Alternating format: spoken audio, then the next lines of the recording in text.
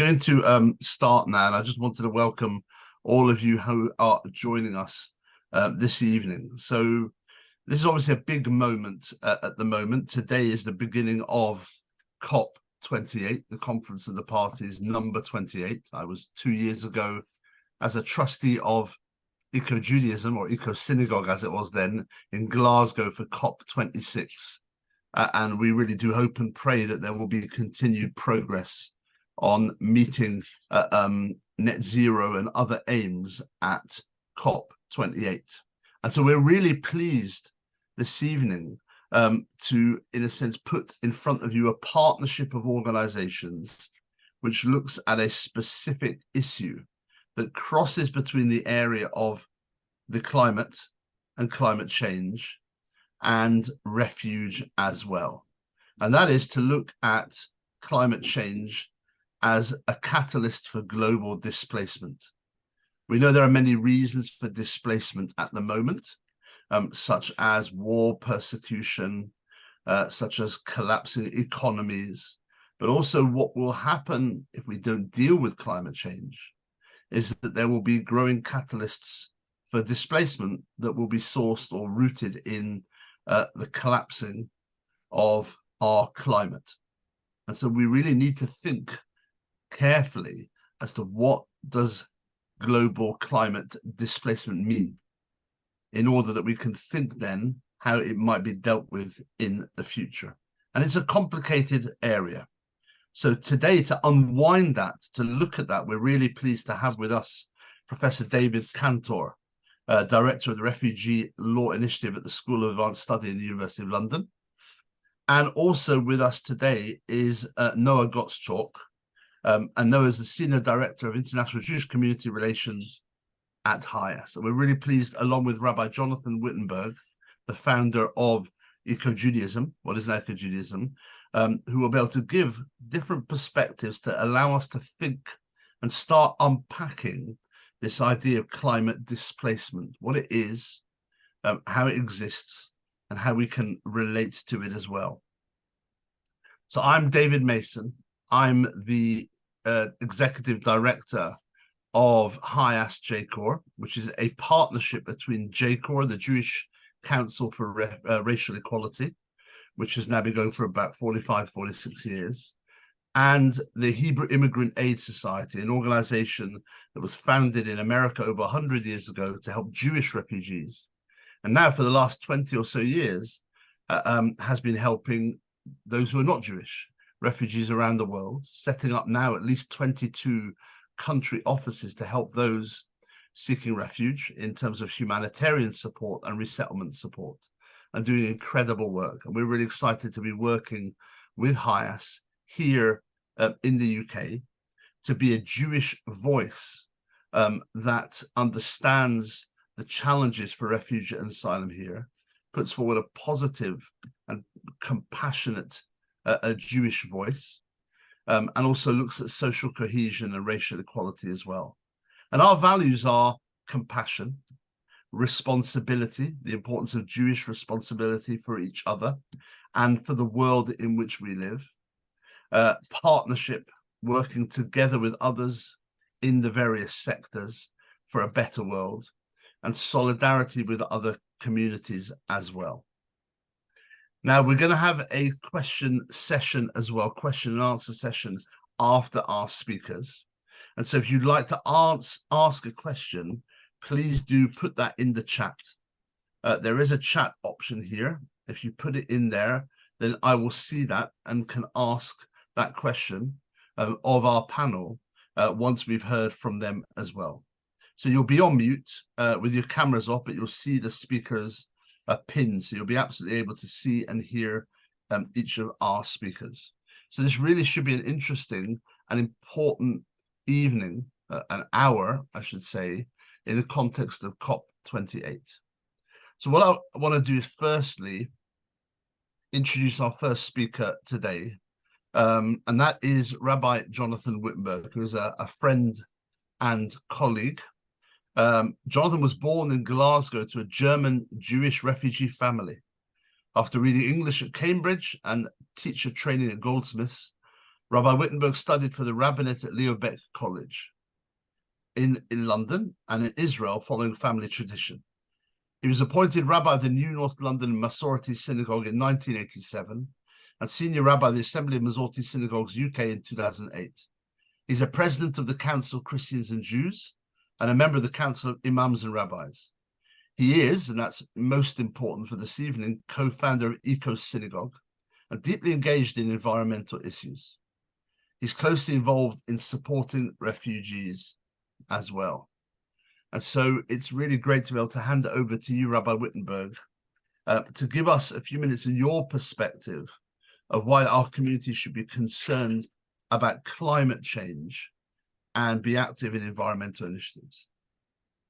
Thank you, Rabbi Mason, and I've really appreciated the warm friendship that you've shown me, the working together. We've co-founded and worked for the first few years on EcoJudaism, as partners in the enterprise.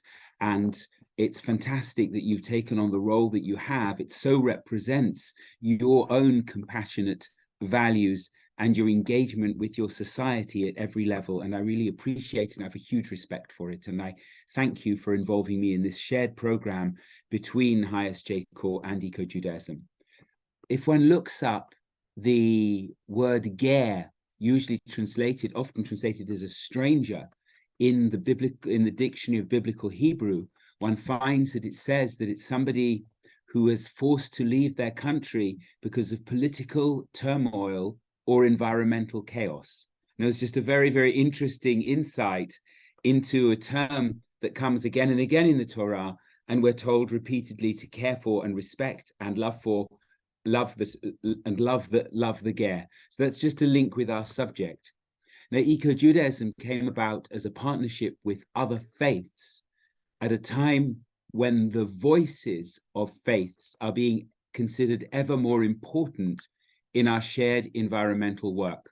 It's felt that faiths, particularly working together, have a moral compass, a reach into community, and that over 80% of the world's population belong to a faith, as do many educational establishments. And therefore, the voice of faith is extremely important alongside scientists, politicians, business people, and lawyers in struggling with our ongoing climate crisis. And as you said, Rabbi Mason, this meeting comes just as COP28 opens. EcoJudaism is a partner in that faith work, and its aim through primarily its audit is to motivate communities to be on a collective journey towards net zero, each at their own pace, but with an increasing sense of urgency. As well as that, EcoJudaism has in its charter as a registered charity the importance of conversation, the importance of lobbying, not on a party political level, but on mobilizing public opinion to act for all the things that make up the path towards a rise of temperature no more than 1.5, ideally, or 1.8 if necessary. And that is a move away from fossil fuels, a real changing of our, but more than that, a changing of our spiritual attitude towards life, a reducing of our dependence on consumption, and a rethinking of our relationship with the rest of humanity, with the rest of nature, and with the rest of the world for the sake of the future and for the sake of our children. A big part of the concern is, as temperatures rise, how much of the globe will become uninhabitable, and where will those people go? This is already happening. I think we're aware of that in the people who reach this country, who have simply lost their capacity to make a living where their ancestors were. And in this way, the work of EcoJudaism and the work of JCORE and the work of HIAS meet. And we're very keen to do our utmost on both these crises to be true to our Jewish values of engagement, responsibility, and compassion. Thank you, Rabbi Mason.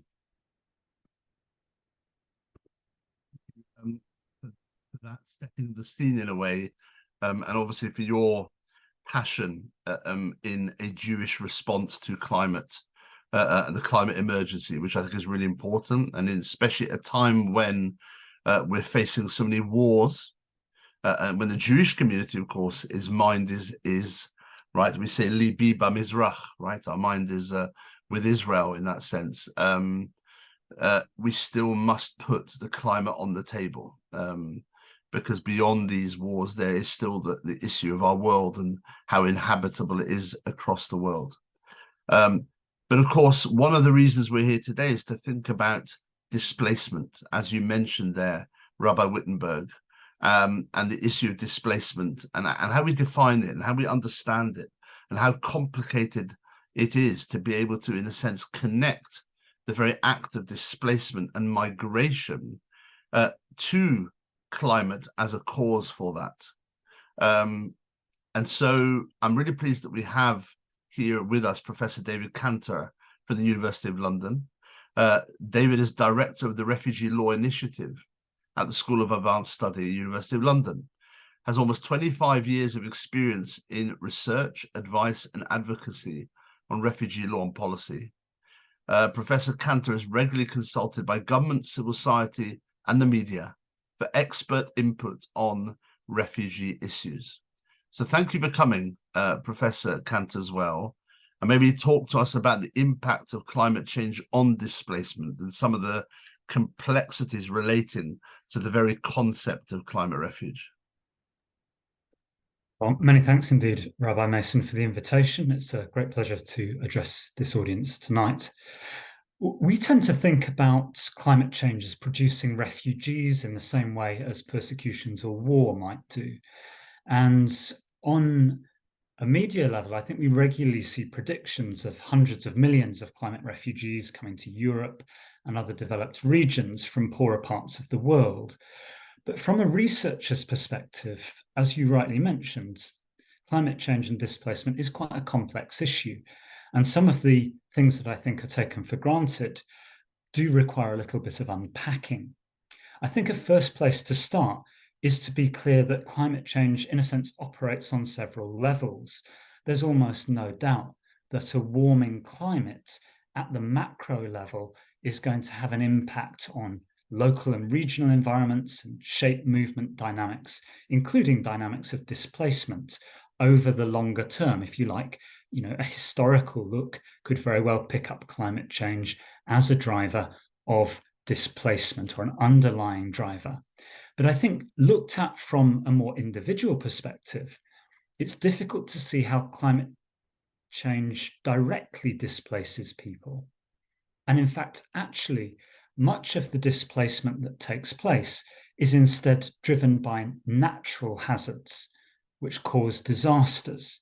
And when we talk about natural hazards, we're thinking here about, on the one hand, some rapid onset natural hazards like storms, floods, or wildfires. Or on the other hand, we could be talking about slow onset natural hazards, which are things like desertification, temperature extremes, drought, or even sea level rise. Really, within this picture, what climate change does in terms of displacement is to exacerbate some of these hazards in particular regions by making these hazards, be they floods, storms, or whatever, more intense, more frequent, and more unpredictable. And it's this which elevates the risk to the individual of disasters occurring. And it's this which, over time, makes any particular location less habitable. So it's for this reason that reducing emissions really is crucial if we want to reduce the frequency, intensity, and unpredictability of weather-related disasters that climate change is a driver of, and thereby address some of the resulting suffering and displacement. But I make this distinction between hazards and climate change because it's very clear that climate-related hazards exist independently of climate change. And these hazards, again, floods, wildfires, storms, etc., have been shaping human mobility for thousands of years. In this sense, they're not new drivers of displacement. They've been around almost as long as human existence. Moreover, I think it's worth pointing out that from the standpoint of the people affected, it potentially makes little practical difference whether a storm is caused by climate change, not caused by climate change, partially caused by climate change. The key point, though, is that it's the disaster that runs the risk of generating displacement. And really, climate change is a wider background factor that shapes, as I say, the frequency, intensity, and predictability of these more proximate forms of risk and hazard. By focusing on disasters rather than climate change as the drivers of displacement, we also get an insight that other natural hazards, which may not be linked to climate change, are just as likely as climate-related hazards to cause disasters and to also lead to displacement. So to give you some examples of the kinds of things that one has in mind here, large-scale earthquakes or volcanoes are equally hazards, natural hazards, and they are capable of causing disasters. However, they are not in any way related to climate change. But from the practical point of view, the effects of these natural hazards on the people who are exposed to them in terms of displacement is pretty much identical to the hazards which are climate related. The point here is that rather than thinking narrowly about climate change alone, we also need to put climate change in a broader spectrum of disasters that includes not only climate-related disasters, but also disasters that are linked to other kinds of natural hazards as well. By adopting this particular focus, one of the advantages is that it tells us where we can focus our efforts in trying to address the human consequences of the resulting displacement. And there are a couple of points here to be made. Firstly, one of the main features of disaster displacement generally, based on the evidence, is that it appears primarily to involve people moving within their own countries rather than crossing borders. To give you an example, during 2022, a couple of years ago, the last year we have good figures for, an estimated 32.6 million people were newly displaced within their own countries by disasters. That's a larger figure than the number of people who were newly displaced by conflicts, and a vastly larger figure than the number of people who left that year to become refugees. However, if you compare that to some of the wild predictions which are bandied around in certain media sources, the numbers of people who flee their countries as a result of these kinds of disasters appear to be relatively marginal by comparison. Of course, this isn't to say that it doesn't happen, but it's simply to say that the principal focus should be upon assisting those who are displaced within their own countries in the first instance, that we shouldn't forget about them in the haste to deal with immigration as an issue that's of relevance to a country like the UK. Secondly, I think it's worth pointing out, poorer countries and communities tend to be particularly exposed and vulnerable to natural hazards of all kinds. As a result, they tend to suffer more extreme impacts of disasters, and as a result, they tend to register higher levels of displacement.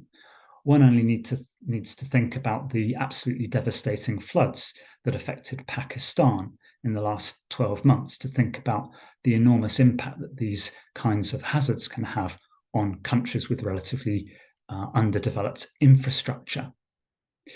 But as a result of that, supporting development, supporting disaster risk reduction, and supporting climate change adaptation in these countries is where resources should be targeted.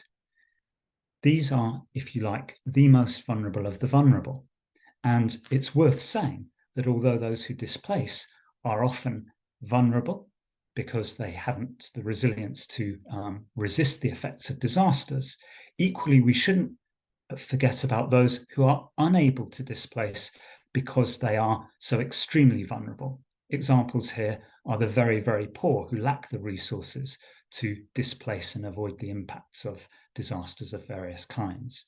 So the mobility aspects of disasters, but including disasters that are linked to climate change, can be quite complex. But it's very clear that the more marginalized you are within society, whether that's global society or national society, the more exposed and vulnerable you're likely to be to the effects of these kinds of hazards, and therefore at risk of forcible spontaneous displacement. Finally, I'd just like to make a slightly controversial point, or provocative, perhaps better said.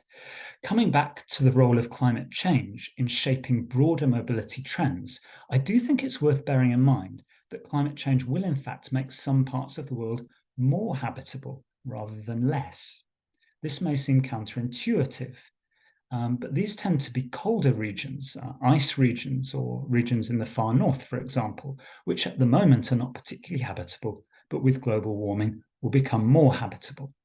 As such, climate change may well provoke voluntary migration to some of those regions. Having said that, this isn't an optimistic note particularly. It tends to be that these regions are located in wealthier, more developed parts of the world, and the warmer, wetter regions tend to be located in poorer, less developed parts of the world. And the trend there, of course, is that those regions will become less habitable.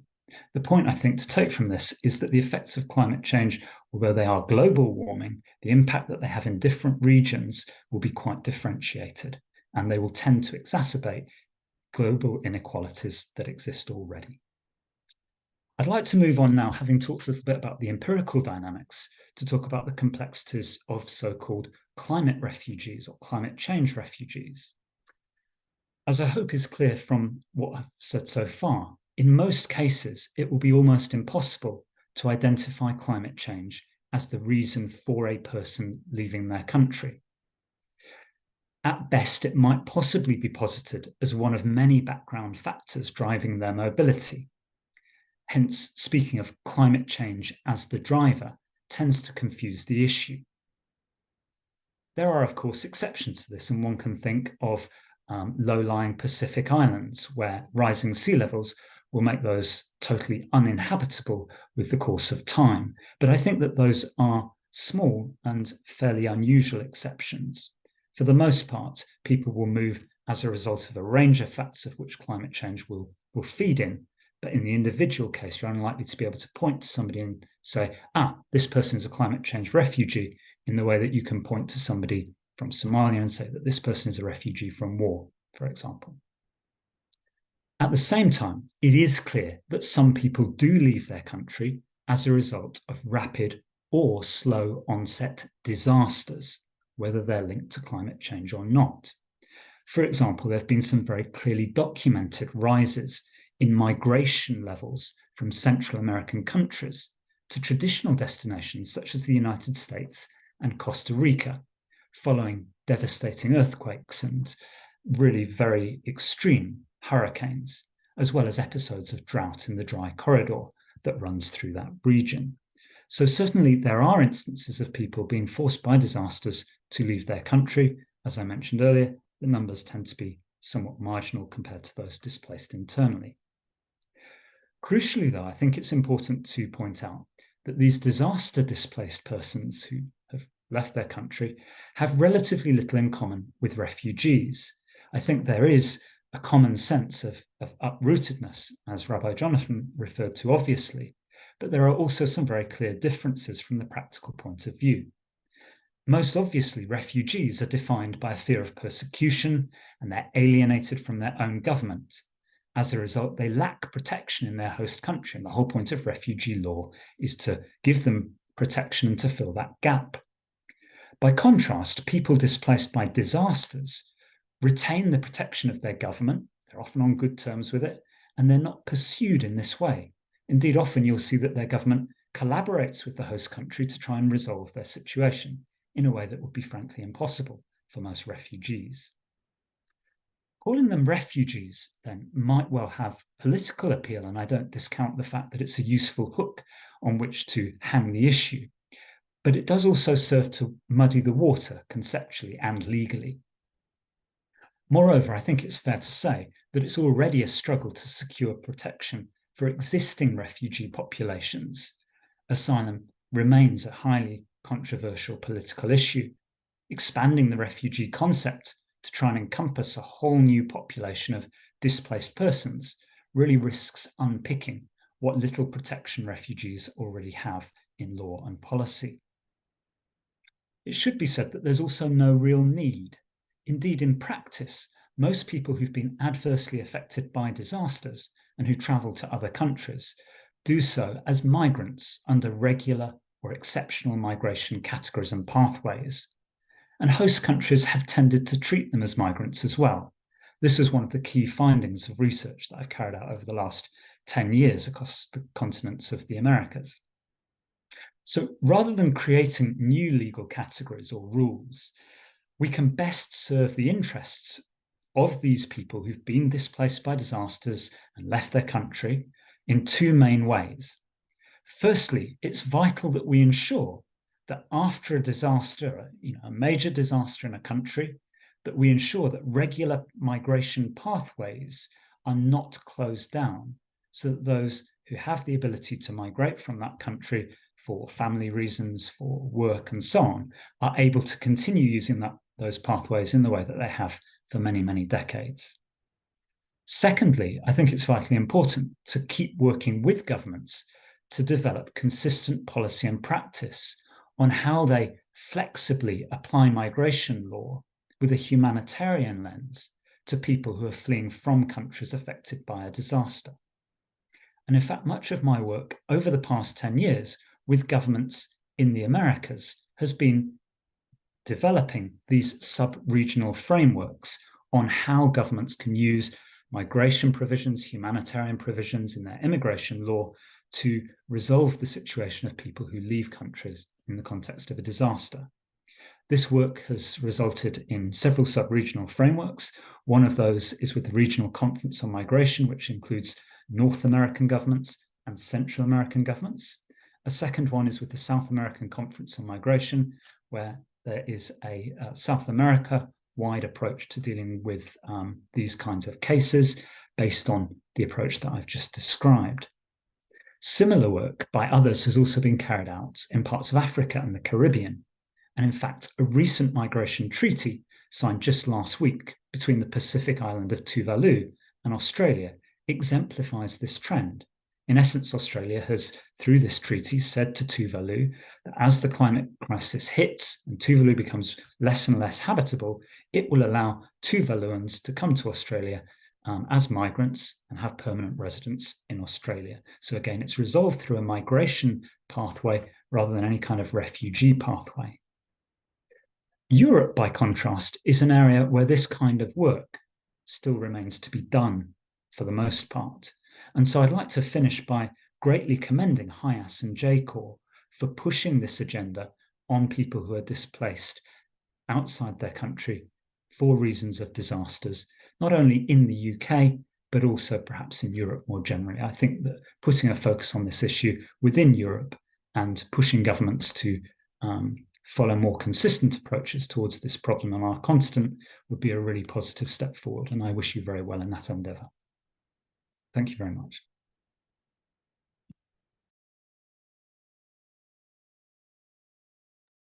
Thank you. That was fascinating.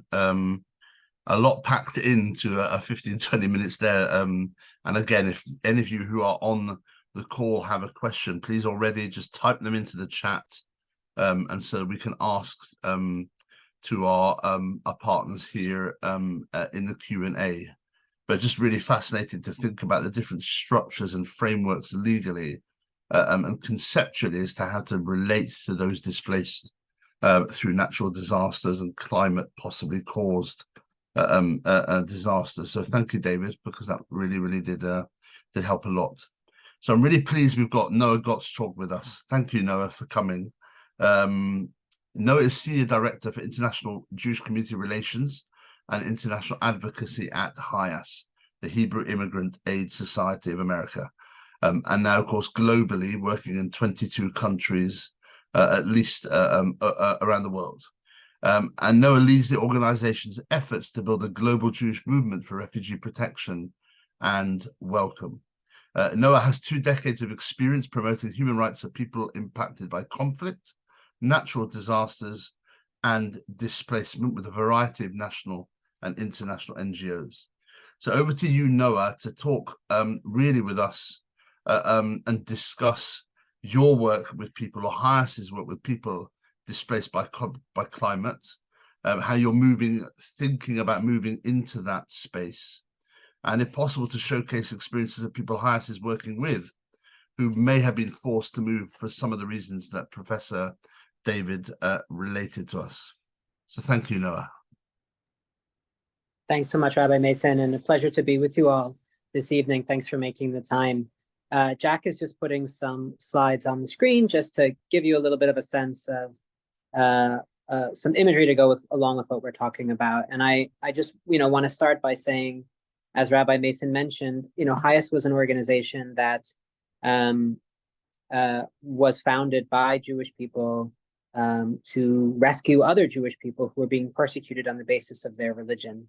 But I was talking to somebody yesterday, in fact, who was sharing with me, a historian, who was sharing with me that if you looked at some of the reasons that people said that they were fleeing, even back then, even knowing they were living in the shtetls of Eastern and Central Europe, or otherwise, suffering from pogroms in Russia, they would maybe have said that their lives were too difficult to live, that their farms, their livelihoods were destroyed as a result of their identity. And maybe when they came, moving around the world, they certainly in that period of the late 19th century, early 20th century, before the Holocaust, they may have been seen as economic migrants, and maybe even seen themselves as economic migrants. Remembering this was before the word refugee was created under international law.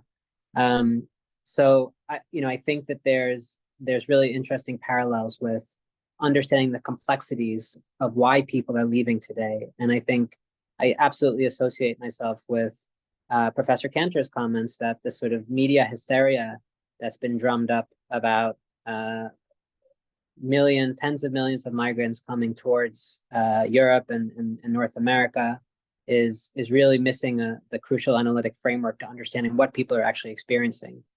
I don't think there can be enough frenzy or concern to care about dealing with climate change, but climate migration needs to be understood in a lot more specific light, and I'm hoping I'll share some of that with you today.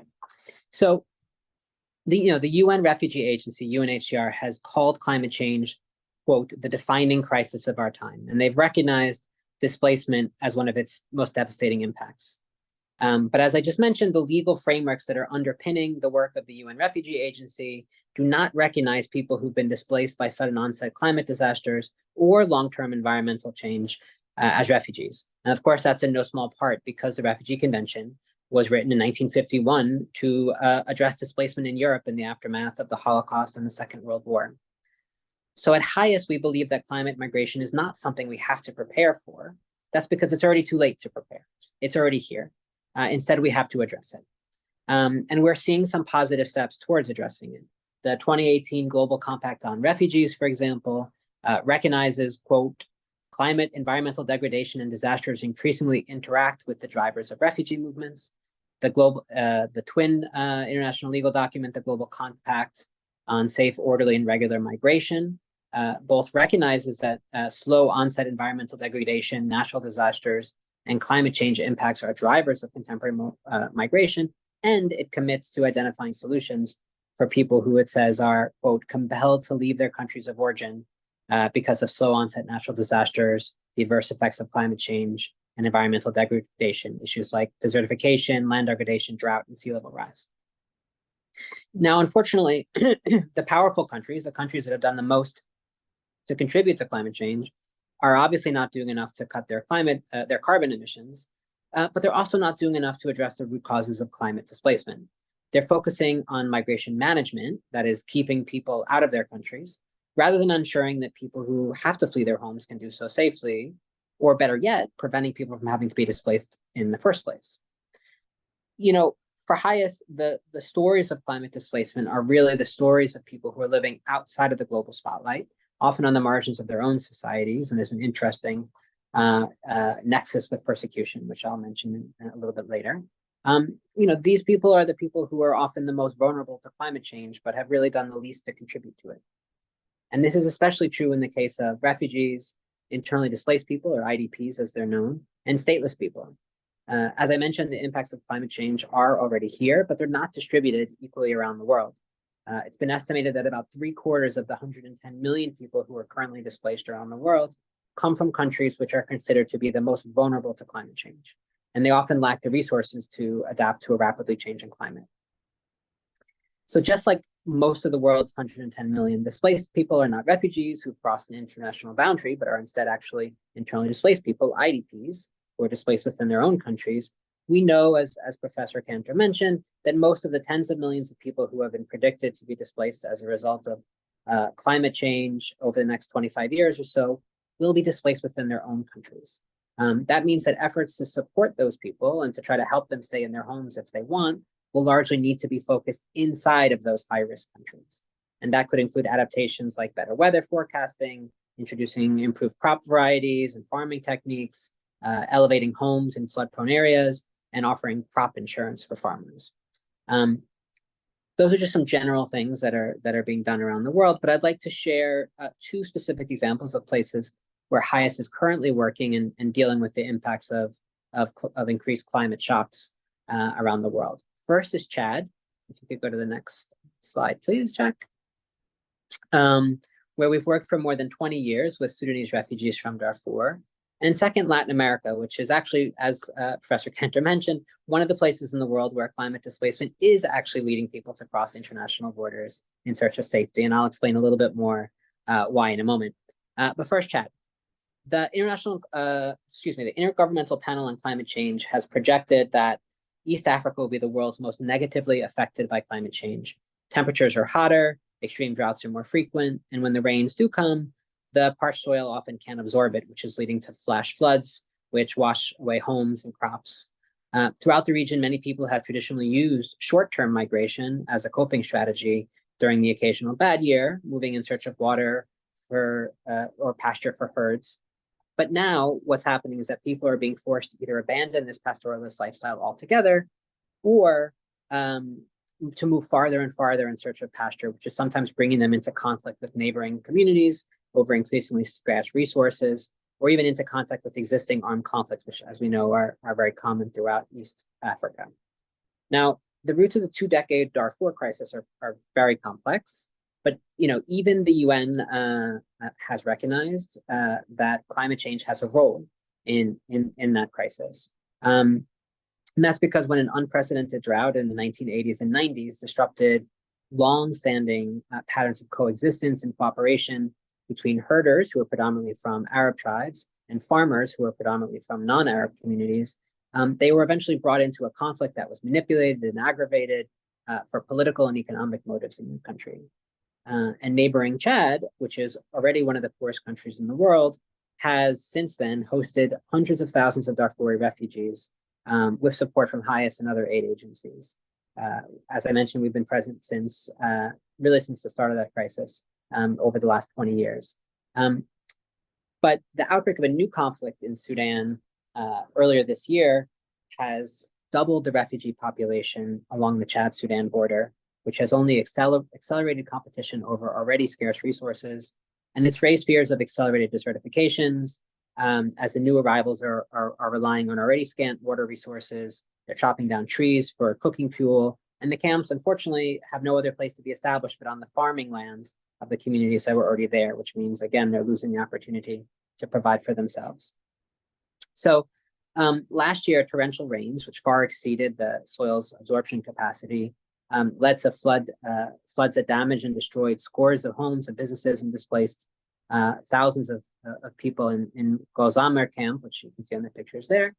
These refugees in the host community who welcomed them will continue to be extremely vulnerable to climate shocks. And that's why, if you go to the next slide, HIAS has introduced permagardening, which is a way to maximize soil fertility and water management given local limited resources. Basically, it's an effort to support refugees to drain and store water during the rainy season for use in the dry season alongside wastewater in order to water their gardens, producing crops which refugees can use to meet their household needs, but also to sell on local markets to provide some additional income, all the while making them more resilient to climate change. If you can go to the next slide, please.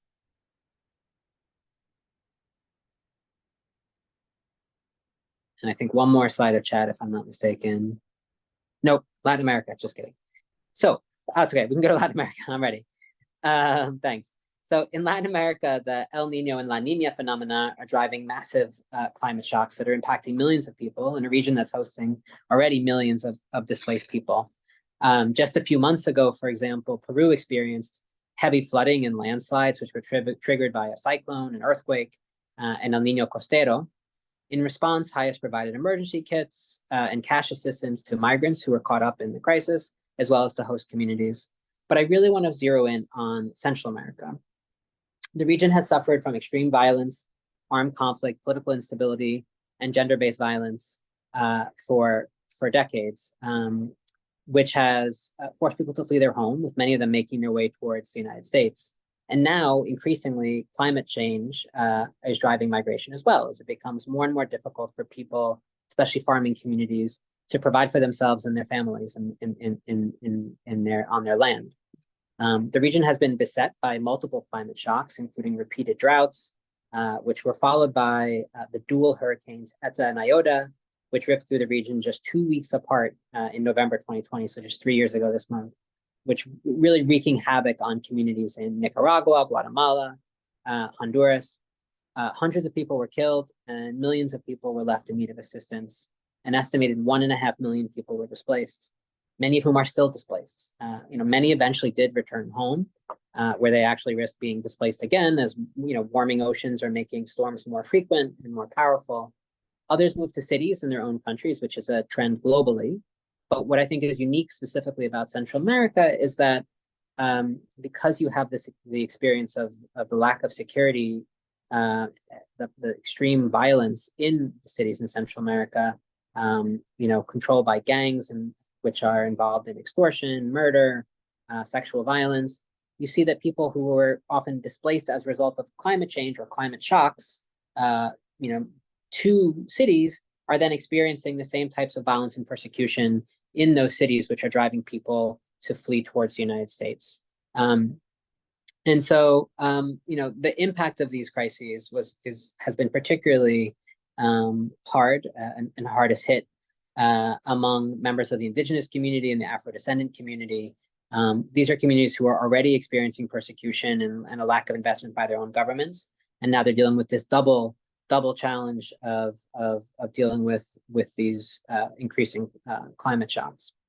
And I'll note, just as a side note, as I mentioned earlier, this sort of interaction between international protection mechanisms and climate change is that government inaction could actually be considered when considered when assessing persecution. And so when we can document that a government refused to take action to address climate impacts because it only would affect a particular group of people, for example, say indigenous communities, I think we can actually make an argument that this is persecution under the refugee definition.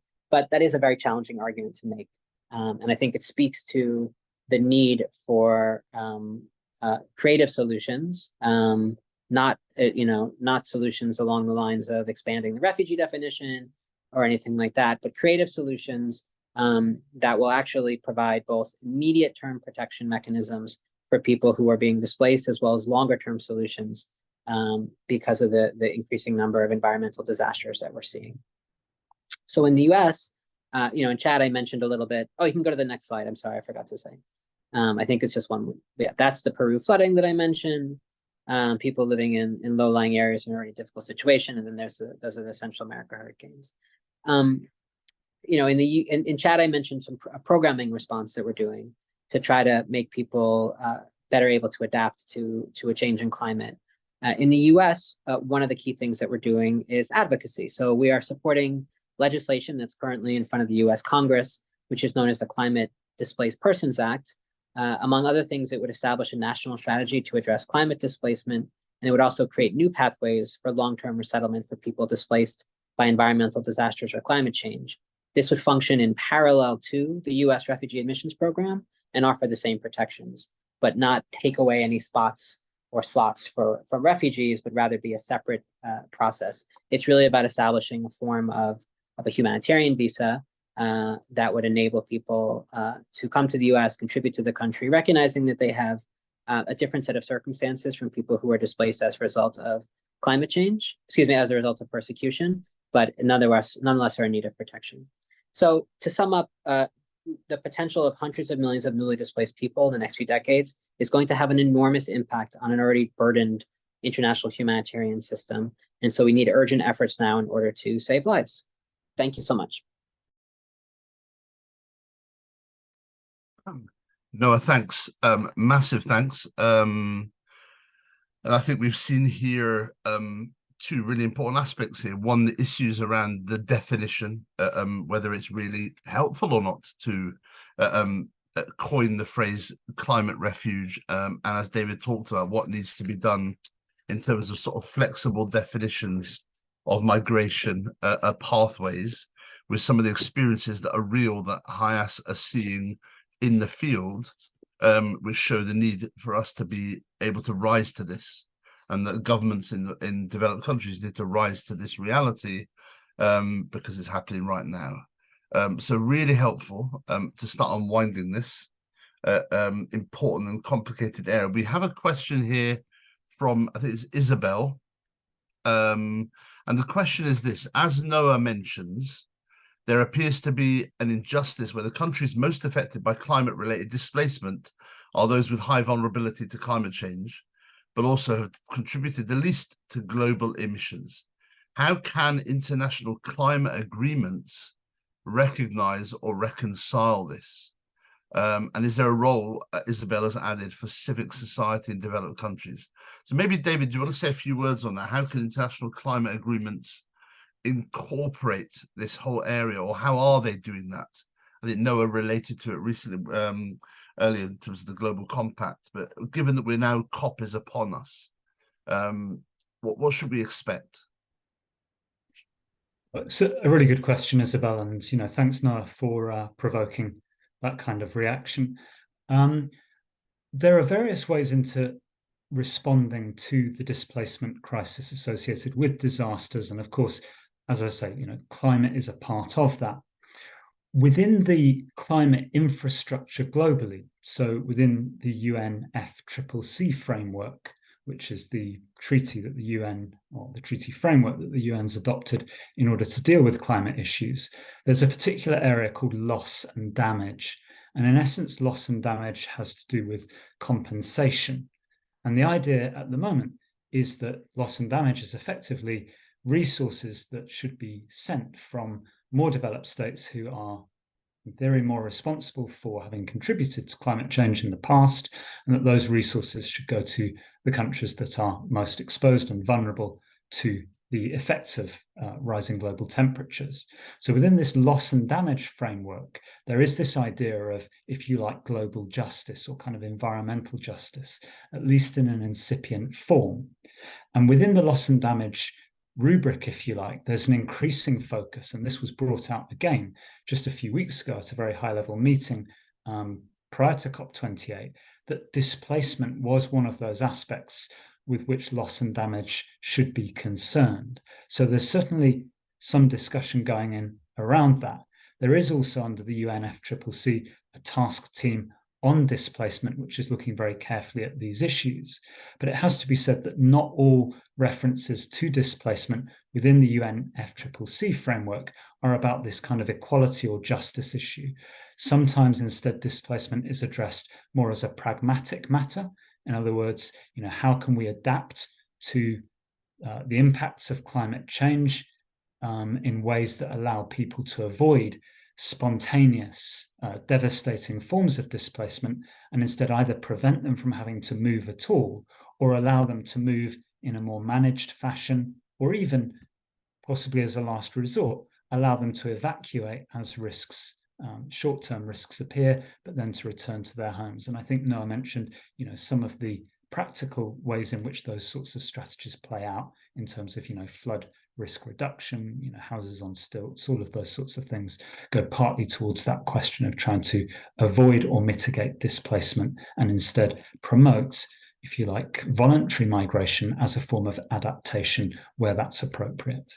So I hope that gives a sense of kind of the broad framework. And I think that there's a very strong role for civic society in developed countries to be pushing on these issues. And I think, Noah, your presentation was really powerful in showing that, the people who are really at the cutting edge of this are not, Europeans who are kind of worried about immigration issues. It's people who are really marginalized in societies which are very exposed and very vulnerable to the impacts of disasters, whether climate related or not. And, the real question there is, to what extent are more powerful and better resource countries like the UK going to help poorer resource countries to actually adapt to climate change and mitigate the effects of that, as well as trying to aim for 1.5 or 1.8 in terms of, slowing global warming. So I think there's a whole range of issues, Isabel, that you've unpacked there, but those are a couple of points on them. Nora, I'm sure you've got, a complementary perspective, though. It'd be great to hear from you. Super. Thank you for that. They're really helpful. And no, I know you. The question was also to you as well, or referred to you. So if you want to come in with a comment on that, that'd be great. Yeah, no, I don't think I have much to add to that. I absolutely agree. I mean, I think maybe the one thing I'll say, as I mentioned at the start of my presentation, that there is traditionally, not just in the UK, not just across Europe, but not just in the US, a focus on migration management. And I think those are monies which can be much better suited to helping people to stay in their countries, should that be what they want, to stay in their homes, as opposed to preventing displacement, which is really, I just want to underscore this, and this is something that refugees and climate displaced people do have in common, is that being displaced from your home is the last resort. It is not the people's preferred outcomes. Thinking about the dislocation, the sense of abandonment, the estrangement from communities. When we talk with people who've experienced persecution and are fleeing their homes, or people who have left because it's no longer viable to live on their land because it's underwater half the year, or it's too dry to grow crops, or whatever the case may be, it is the same phenomena. They say the same thing, which is that they didn't want to have to leave. I wish I could stay, but this was my only choice. And so if we do want to listen to people and hear their voices, that I think is what so many people are saying. And of course, recognizing that those who need to move and need to be supported to do so, but enabling people who so choose to stay in the places where they're from, I think is incredibly important. I know there was a second question from Isabel that I'm happy to speak to as well, because I actually have an interesting bit of research. Isabel has been really great hearing questions. So Isabel, I can't see you, but please do stay in touch, because these are fascinating questions. And the second one, yes, is very relevant here to, I suppose we've been talking a lot about loss and adaptation, trying as much as we can to ensure people can stay where they are in their countries, and helping manage it there. This is talking about, of course, the potential for the term refugee to echo in countries where people move to. To what extent is the term climate refugee potentially counterproductive if it fuels concern and or resentment towards immigration in developed countries? And I suppose there's that thinking around, what will it look like when we are already failing in a way, and I'm talking about certainly Britain, to deal with asylum as it is, and yet we're thinking that climate migration is a different form, it has a different pathway, but is it something that Western countries need to be prepared for? So Noah, I know you want to come in, and then David as well. So as you might be able to tell, I'm American, and we did this research in the US in a previous job. But I think it's worth, if it hasn't done, and then Professor Cantor will have a better sense, I'm sure. But we polled significant numbers of people across the US about this term, about language. And what we found, and I should say, the reason that this study was done in the first place was because of the perception often that we have to use the term climate refugee, even though it's not accurate, and that people displaced as a result of climate change don't meet the refugee definition, but we have to use this term because it is what people will understand. Well, what we found through this research is that's absolutely false. It's not true at all. And in fact, the terms that people had, which most resonated with them, were just simply forced migration, were climate-related displaced people, or climate-related displacement. So there was absolutely no need to convey the seriousness and the scale and the scope and the need of the crisis and the need for action. No need to use the word refugee to convey that. Simply explaining the situation was really powerful and seen as significant. And we looked at US voters and found that 1 in 3 said that they had heard about people being forced from their homes because of issues directly related to climate change. So there's obviously, in a sense, that's not enough. We need everybody to understand this, but it's actually quite remarkable that 33% of US voters who were part of this survey said they had heard about this already. And again, that's why we don't necessarily need to twist ourselves into loops or compromise our own use of language, which is very important. And refugee law has developed very significantly over decades to be focused on people who are in need of asylum for forms of persecution, which are very different from what we're talking about in terms of climate change.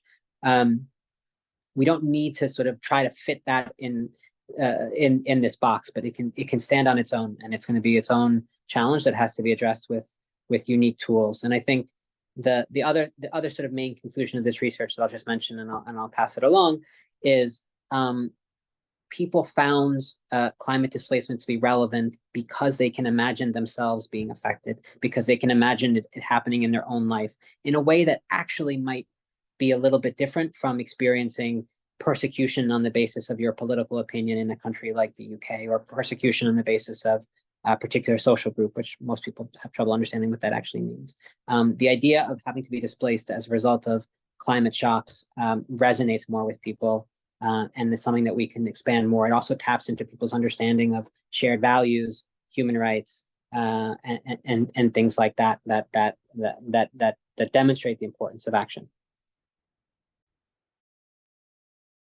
Noah, and over to you, David.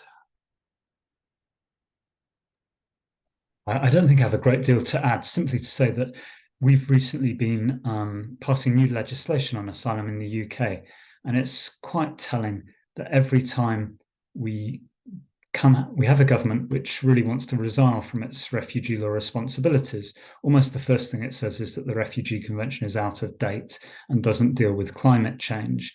And I think there is, a little bit of a risk there, because the Refugee Convention is very clear on what it deals with, and forms of persecution that it deals with are absolutely still crucial in today's world. And I wish we lived in a world where they weren't, but the idea that the Refugee Convention has lost salience, I think, is absolute nonsense. And the idea that it was designed to protect people who were moving in these sorts of situations, or that we should expand it to do so, or that it should be renegotiated or put aside because it doesn't address that situation, I think is wrong. The research that we've done has very clearly shown that, particularly in countries all across the Americas, they're perfectly capable of dealing with these kinds of movements through migration pathways that exist in their national laws. And really, the refugee flows are quite separate from the standpoint of that legal perspective. Although, of course, I take the point that being displaced, uprooted from your home, there are commonalities in that experience, but I think there are also quite different elements to each of those streams as well. So yeah, I think the term climate refugee, we need to be careful about it. We also need to not overplay our hand on the idea that climate displacement is something new, and that should be a reason for undermining what little protection exists for refugees today. Super. Thank you, David, and thank you, Noah. There was another question, but our time is up in a way. I'll just read it anyway because it can provoke thought. Does it advantage discussions on climate change to bring it together with migration to create political will? Does it harm discussions about migration by creating a further sense of crisis? Very interesting question. Not by Isabel, I should add, by an anonymous attendee tonight. So thank you for that. And so to end, I want to just ask briefly Andrea Pastor Cummins, the operations manager at EcoJudaism, just to come in with a quick call to action before I then finish our call today. Thank you, David. And I'd like to thank David and Jack at HIAS+JCORE, and David and also Noah for being part of this and to collaborate with us on it. So EcoJudaism, as Jonathan said earlier, is a multi-denomination Jewish community initiative to raise awareness and educate communities on sustainability and climate change. So for us, we are taking one step back from the issue of climate refugees and trying to engage the UK Jewish community in doing work that will slow down the climate crisis, hopefully to a point where science can step in and give us some new initiatives to stop harming the planet in the way that we have done. So we've seen already the extended use of electric vehicles. We saw today or yesterday that there was a flight with cooking oil. So there's lots of things coming down the pipeline.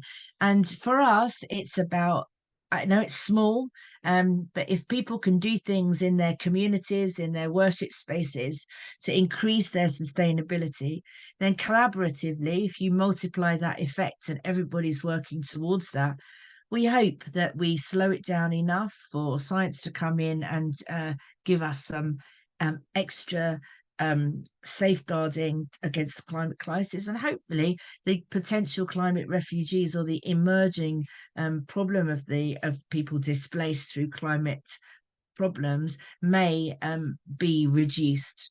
So we have an audit. We encourage people to get in touch. You can find us at ecojudaism.org.uk. Join our audit, use it as a framework, pick out bits that you wish to apply to your community, and engage in the conversation like this one about the extended issues that the climate is having on all different parts of society. So thank you very much.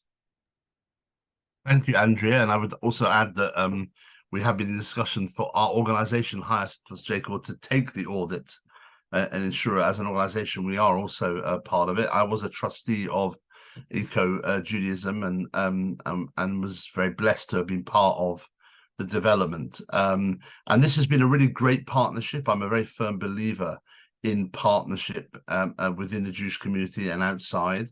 So to have come together with on this topic has been really important to bring the climate and displacement together. I think has been very fruitful. And we at HIAS+JCORE want to build a Jewish movement that believes in a positive and dignified future for those who seek asylum here, a positive narrative for living with other communities in this country.